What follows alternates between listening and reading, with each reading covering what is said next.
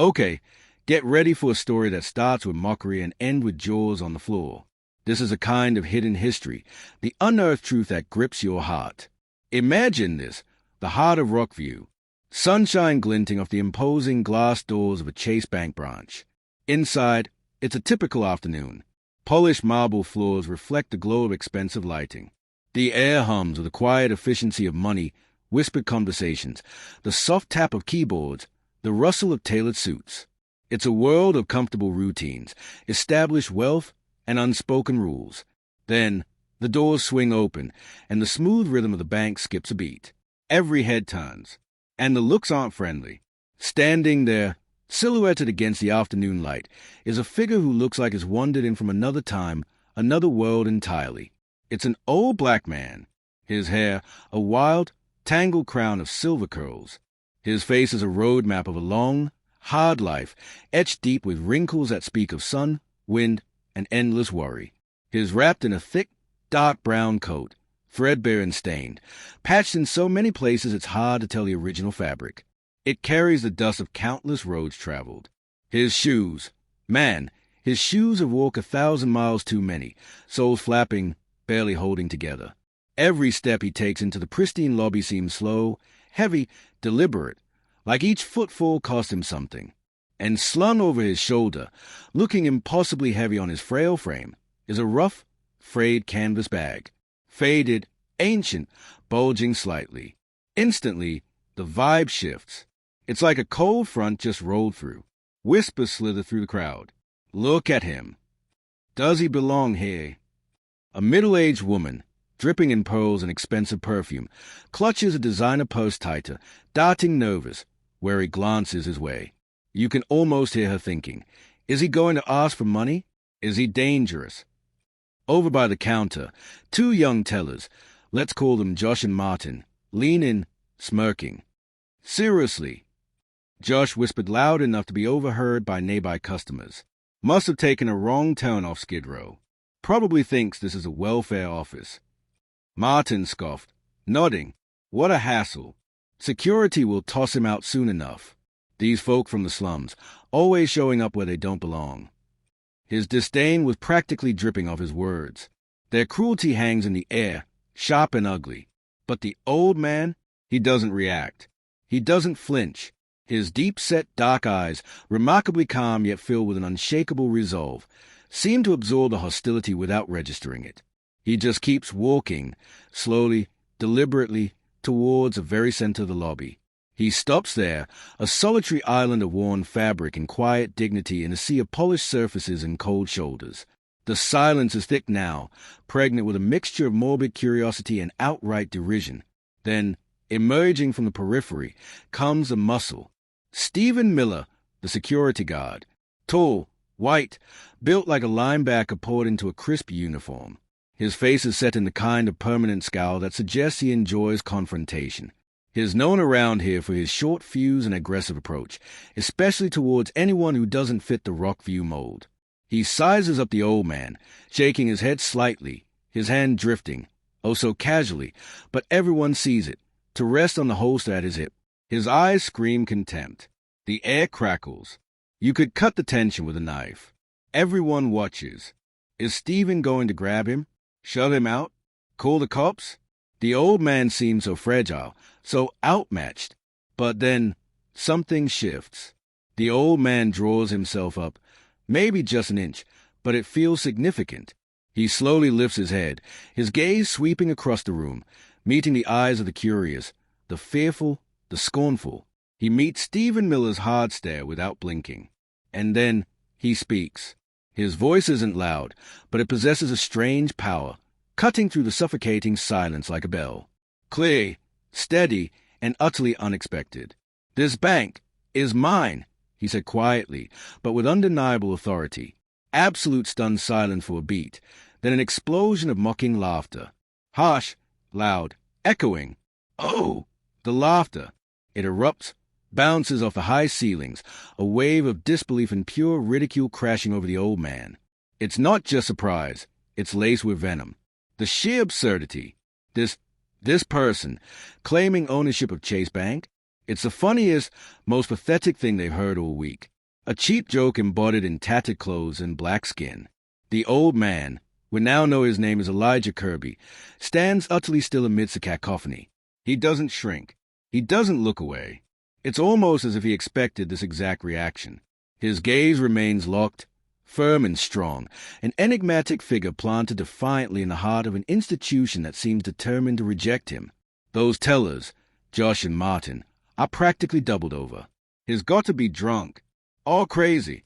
These guys from the projects, always dreaming up wild fantasies. Martin sneered, louder now. Josh chimed in, laughing condescendingly. Yeah, maybe he thinks owning the bank comes with a free coffee. Someone get him directions to the nearest shelter.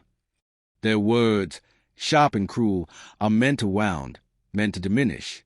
But Elijah remains focused, his eyes fixed on the man behind the main counter, James Temp, the bank manager.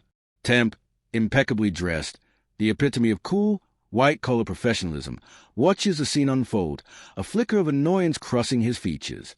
This spectacle is unseemly, bad for business, bad for the bank's image. He gives a sharp, almost imperceptible nod to Stephen Miller.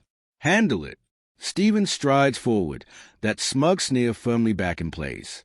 He gestures dismissively towards the front door. All right, Grandpa, show's over, he said in a patronizing tone. This isn't a stage for your delusions. You need to leave. Now, before I have to escort you out. And trust me, you don't want that. Each word was clipped, carrying an undercurrent of physical threat. His hand rested firmly on his holstered weapon now. Elijah slowly turns his head, meeting Stephen's hostile gaze.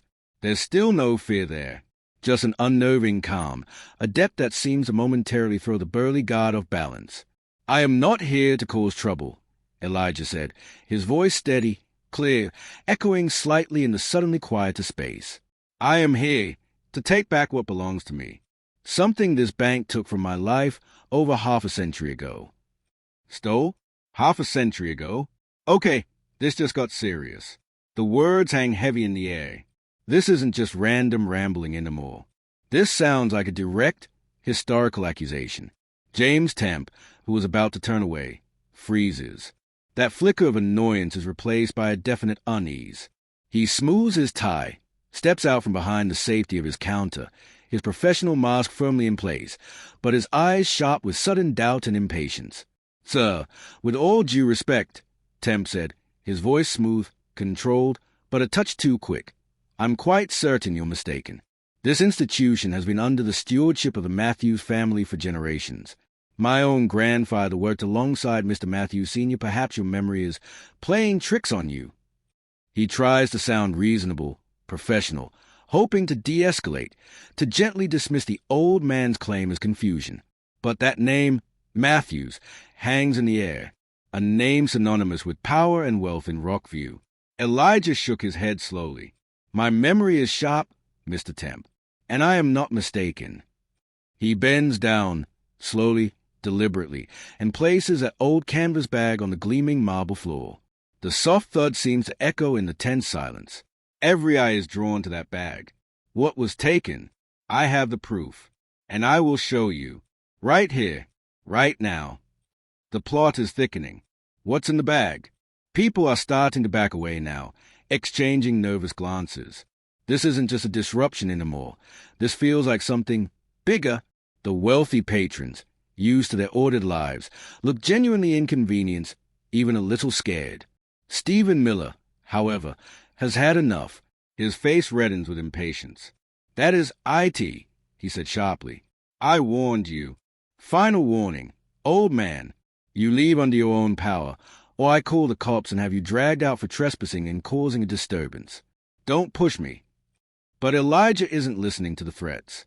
He's already kneeling, his old, gnarled hands working slowly but purposefully at the knotted string securing the top of the canvas bag. His hands tremble. Yes, but with age, not fear. There's a deliberateness to his movements that holds everyone captive. Even Stephen pauses, his hand hovering over his gun, his brow furrowed in a mix of suspicion and, dare we say it, curiosity? What on earth could this old man possibly possess? Everything I need to say, everything this bank tried to bury, it's right here, Elijah said softly, but the words carried across the silent lobby. He pulls the nut free. The mouth of the bag gapes open. He reaches inside. The entire lobby holds a collective breath. Time seems to slow down. What is he going to pull out? Old papers? Meaningless trinkets? Oh, my goodness! Spilling out onto the pristine marble floor, scattering in a messy pile, are stacks of money. Old money, faded, yellowed bills, bound with brittle paper bands. And on each band, clearly visible despite the age, is the old Chase Bank logo, a design not seen in circulation for decades. Decades! It's like artifacts unearthed from a time capsule. The bills are worn, the edges soft, looking like they've been hidden away, untouched, for over 50 years. Even the oldest employees in the bank stare, bewildered. They've never seen currency like this outside of historical displays. An icy chill seems to snake through the lobby. Stephen Miller's eyes are wide with shock, his aggressive mask momentarily shattered. He glances helplessly at James Temp, as if begging for an explanation. But Temp looks just as stunned, if not more so. His face has gone ash-white, his mouth slightly agape as he stares at the pile of ancient currency at Elijah Kirby's feet. That can't be. How? Where did you get this money? Temp whispered, his voice trembling. The professional calm had completely evaporated. Elijah doesn't answer immediately. He carefully picks up one of the bundles, his aged fingers caressing the faded paper with a reverence that speaks volumes. It's like he's holding a piece of his own past, a painful, precious memory. A flicker of deep emotion crosses his face, sorrow, pride, determination all mingling. In 1948, I founded this bank, he said, his voice quiet but resonant with history, with my own 2 hands, my own sweat, my own dreams. Every dollar you see here, every brick beneath your feet, carries my mark. This was my capital. My beginning. He looks up, his gaze sweeping across the stunned faces, finally landing hard on James Temp. But then, because my skin was black, powerful men believed the lies they told themselves. They conspired, they cheated, and they drove me out of my own creation. His words hang heavy in the air, stark and accusatory. The atmosphere shifts again. The initial shock is giving way to something else, unease, confusion, maybe even a dawning sense of shame for some. The harsh truth Elijah speaks is starting to penetrate the layers of prejudice and disbelief. Stephen Miller tries to rally, puffing himself up again, though his voice lacks its earlier conviction. How do we know this isn't some kind of elaborate scam? A setup? Someone like you, where would you get money like this? It doesn't prove anything. Elijah looks directly into Stephen's eyes. His gaze is so sharp, so filled with righteous authority, it makes a younger man flinch, feeling suddenly small despite his size. Because I'm Elijah C.K. Kirby, his voice rang with power. The man whose identity, whose life's work, whose entire future was stolen by this very institution you guard. He pauses, letting the weight of his name sink in, looking around the opulent room that should have been his legacy. And now, after 50 long years, I am here to take it all back. Boom. The gauntlet has been thrown down. This isn't just a claim anymore. It's a declaration of war against history itself.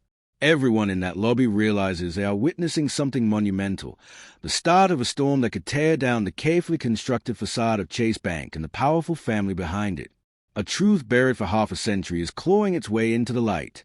James Temp, the bank manager, looks like he's seen a ghost. His carefully ordered world is tilting on its axis. He picks up one of the bundles of ancient money, his hand shaking visibly. He stares at the faded logo, then back at Elijah, his face a mask of disbelief and dawning horror. You claim you are Elijah C.K. Kirby, he stammered slightly. The original founder? From 1948. He needs to hear it again, needs to process the enormity of the claim. Elijah nodded, his gaze unwavering. Yes, I laid the first stones, poured my youth, my savings, my very soul into building this bank, hoping it would be a symbol of progress, of opportunity for all. His voice tightened slightly, but it was stolen, erased, simply because I am black.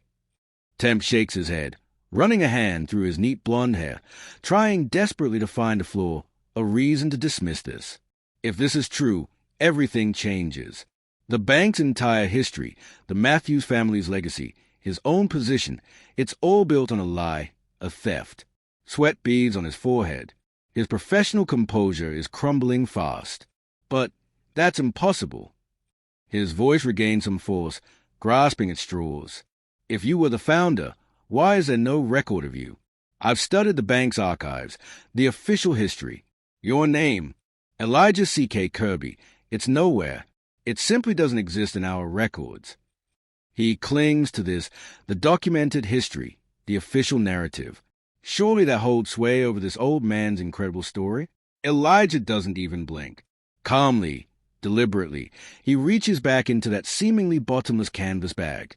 This time, he pulls out the book he showed earlier, the old, cracked leather ledger. Chase Bank Ledger, 1948.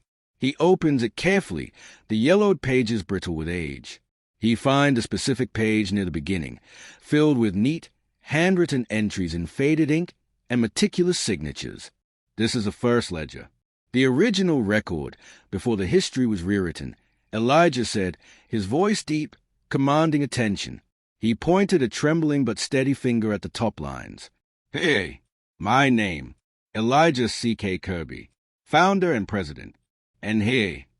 His finger moved slightly. My business partner at the time, John Williams. We started this together. His voice cracks, just for a second, with a ghost of old pain. But greed and the poison of racism made John Williams betray me. He looks up, his eyes filled with profound sorrow of that decades-old betrayal. Williams, he couldn't stand the idea of a black man being his equal, let alone his superior in the business we built. Elijah continued, his voice heavy with memory. He secretly met with powerful white investors, men who shared his prejudice. He whispered lies, that I was incompetent, that my presence hurt the bank's image among the right people. He takes a shaky breath.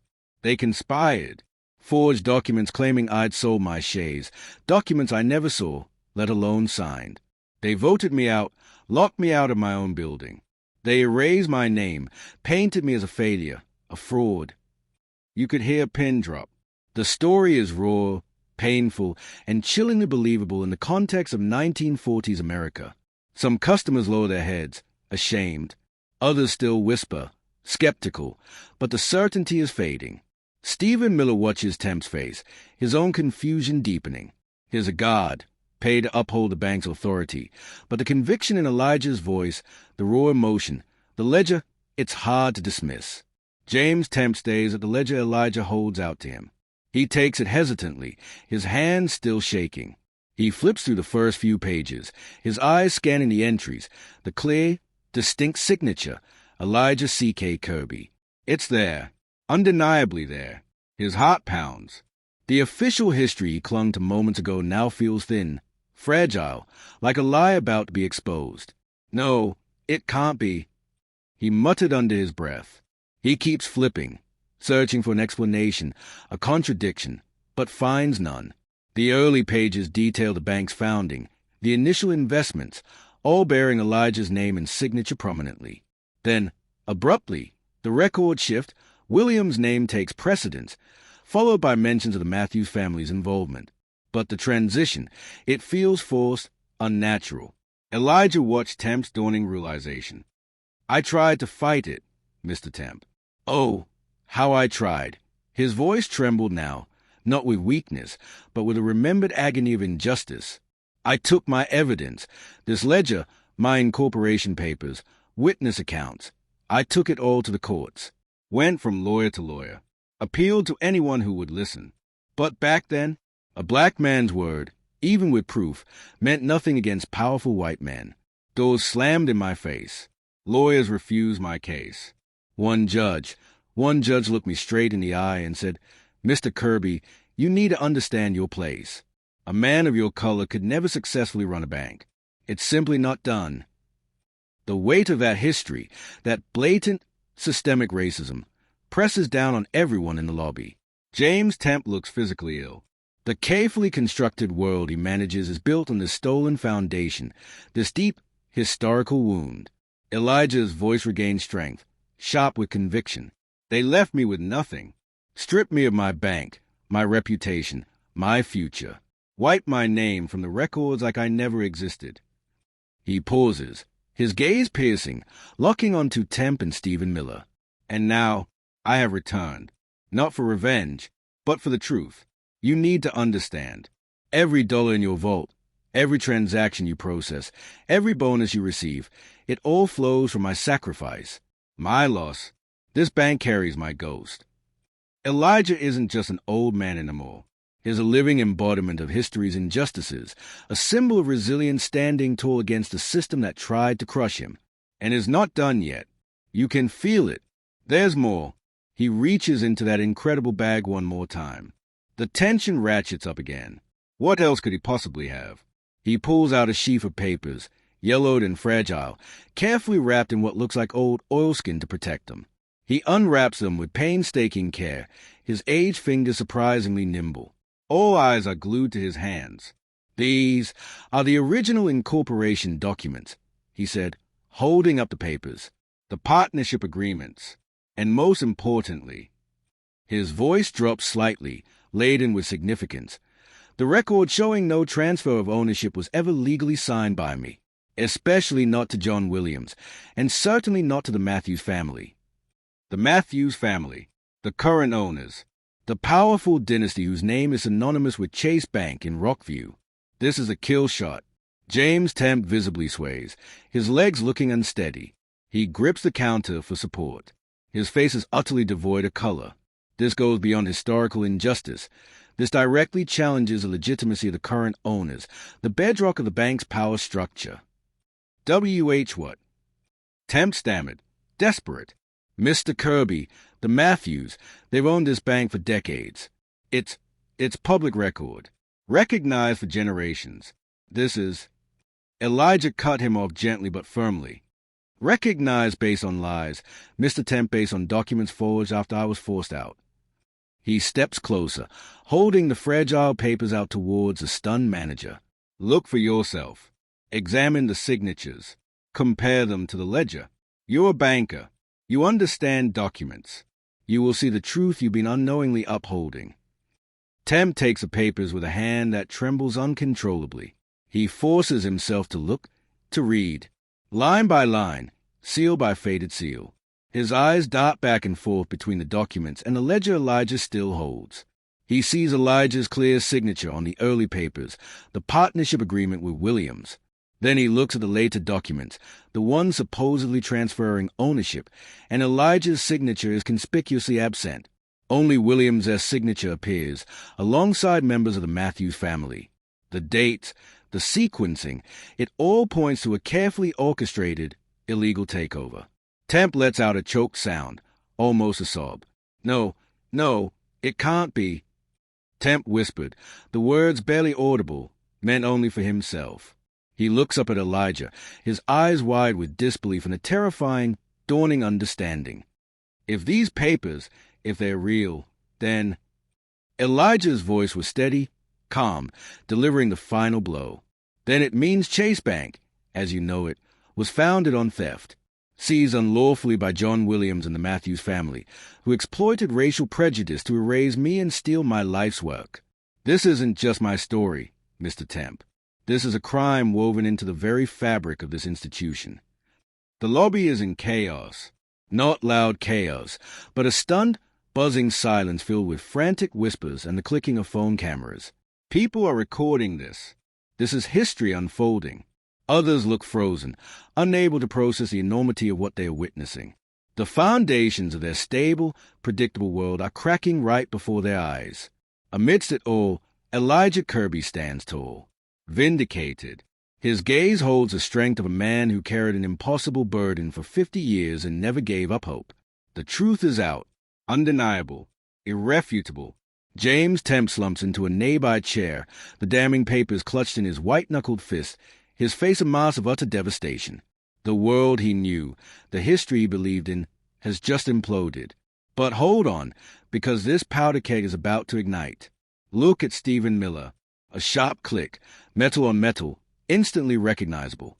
Oh no, Stephen Miller has been watching this whole thing, watching his authority evaporate, watching the bank manager crumble, watching the staff and customers captivated by Elijah's story.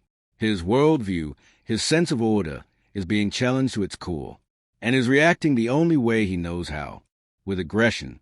His face is flushed, a mask of fury and confusion. To him, this isn't justice, it's chaos. It's an attack on the system he defends. He sees Elijah not as a victim, but as a threat. Enough! His voice cracked with rage. I've had enough of this charade. He takes a step forward, his hand moving decisively towards his holster. This old man is spinning lies, trying to tear down everything. It's fake. All of it. Someone call the police. Now! His shout electrifies the already tense atmosphere. Some customers gasp and shrink back, moving towards the doors. Others stand frozen, eyes wide with fear. The situation is rapidly deteriorating. Elijah turns to face Stephen, still unafraid, but his eyes hold a deep sorrow, as if witnessing the same cycle of prejudice and violence he faced decades ago playing out again. Mr. Miller, Elijah spoke gently but firmly. Violence won't bury the truth this time. Hiding a crime for 50 years doesn't make it right. Don't do this. But Stephen isn't listening. Elijah's calm reason only fuels his rage. He sees it as defiance.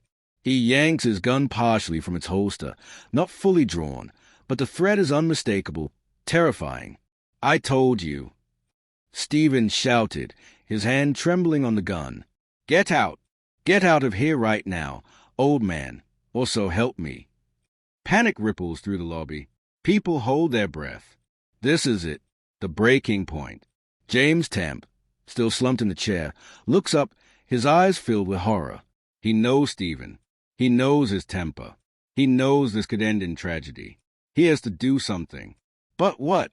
Stephen is armed, angry, unpredictable. Stephen, calm down. James pleaded, his voice shaking. Put the gun away. Please. This isn't the answer. Stephen turned his furious gaze on Temp and O. You calm down. James, you're the one letting him destroy us.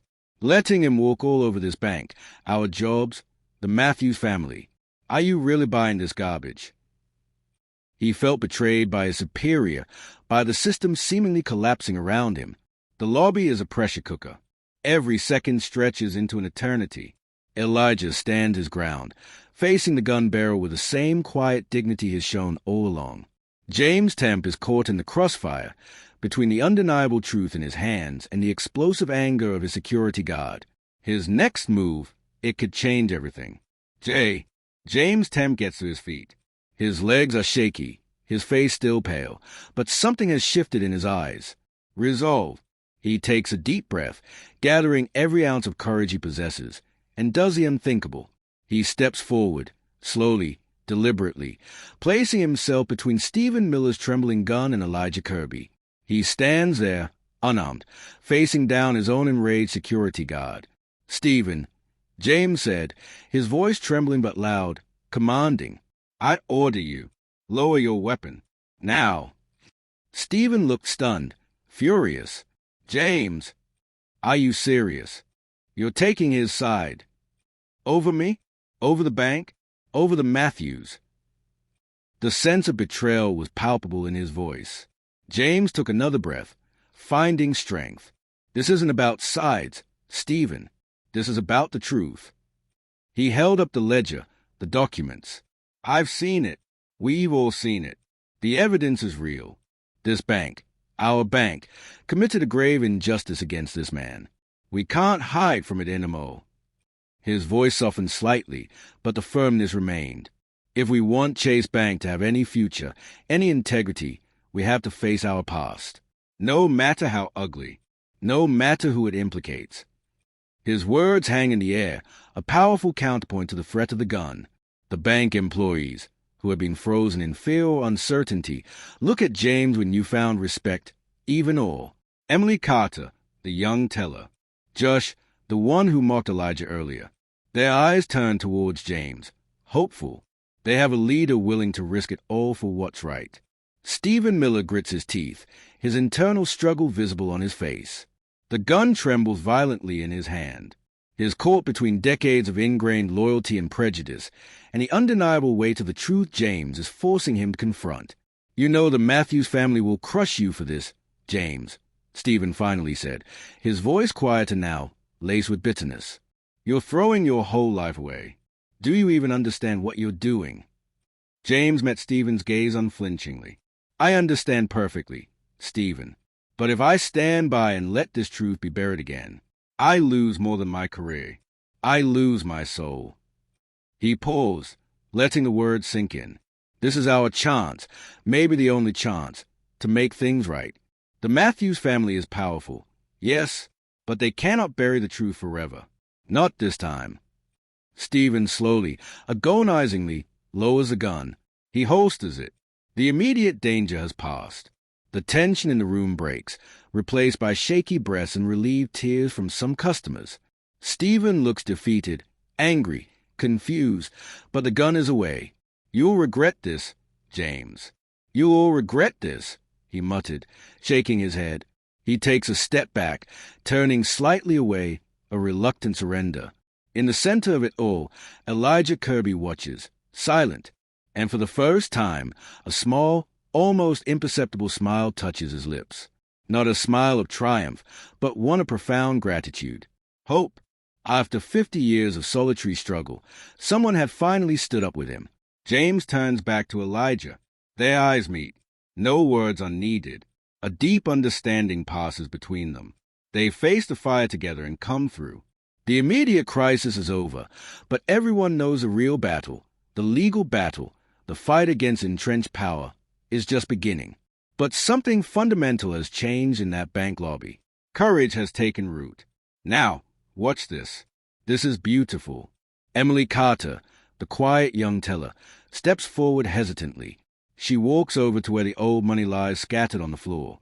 She bends down, picks up one of the faded bills with trembling hands, walks over to the table where Elijah placed a ledger, and gently lays a bill down beside it. A small gesture, but it speaks volumes. "I believe you, Mr. Kirby," she said, her voice soft but clear. We need to face the truth." It's like a signal. Josh, the teller who had sneered earlier, steps forward next, his face flushed with shame. He picks up another bill, places it beside Emily's. "Me too, sir," he mumbled, avoiding eye contact at first, then looking up. I'm sorry for how I acted." Then another employee, and another. One by one, the people who work for the institution that wronged Elijah stepped forward, retrieving the symbols of his stolen past and placing them respectfully before him. It's a silent apology, a pledge of support, a quiet revolution happening right there on the marble floor. Elijah watches, tears finally glistening in his deep-set eyes, but these aren't tears of sorrow. For the first time in over half a century, he doesn't feel alone in his fight. Stephen Miller watches this unfold, utterly isolated in his anger and confusion.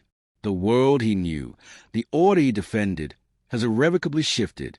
James Temp watches too, a lump in his throat, realizing the magnitude of the choice he made and the unexpected solidarity it inspired. Finally, Elijah Kirby slowly turns towards the exit. He bends down, retrieves his old canvas bag, no longer just a bag, but a vessel of truth. He grips it tightly. As he walks towards the doors, the employees and remaining customers silently part, creating a path for him. Nods of respect follow him. Apologies hang unspoken in the air.